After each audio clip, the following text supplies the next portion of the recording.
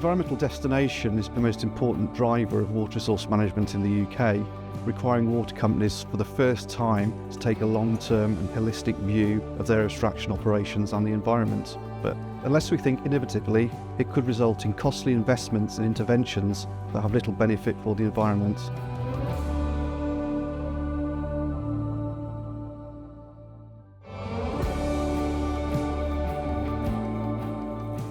Environmental destination requires English and Welsh water companies to protect and improve the ecology of freshwater systems and meet their statutory obligations by the way they operate their water abstractions in the medium and long term. It's a 25-year-long journey, reaching its destination in 2050.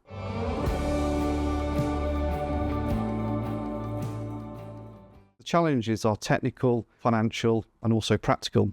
The Environment Agency takes an increasingly rigid regulatory line with water abstractions, requiring that the default position is that water companies meet the standard environmental flow indicators. The environmental flow indicator was developed in 2008. It was designed as a national screening tool as opposed to a regulatory tool. It doesn't consider any new scientific evidence. It is very precautionary, and it doesn't consider changing baselines under climate change. It is, however, easy to implement, and it also shows that the regulator is taking a tough stance on abstraction. To achieve default compliance of environmental flows will require a lot of investment to shut down existing abstractions and find new ones. It's estimated that it will require up to 3,000 million litres of water to be given up and given to the environment. Now, obviously, this water will need to be replaced for public supply, and it will be extremely costly to do so.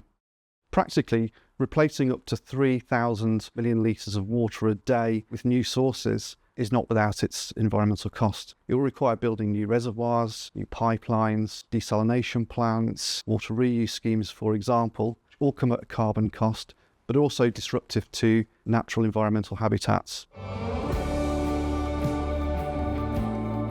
We need to make better use of existing resources, firstly in terms of the environmental data that have been collected at considerable expense by the regulators and water companies over several decades. This needs to inform how we can optimise the use of existing sources before we invest in new ones. This requires innovative tools and scientific expertise.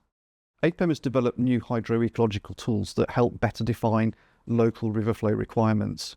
These tools help us to set local flow targets in a much more precise way than just using national environmental flow indicators. They don't claim to be used everywhere, but if they're adopted more widely by the water industry, they could help us to optimise where existing water sources can still be used without causing unacceptable environmental risk, and help prioritise the need for new sources of water and investment.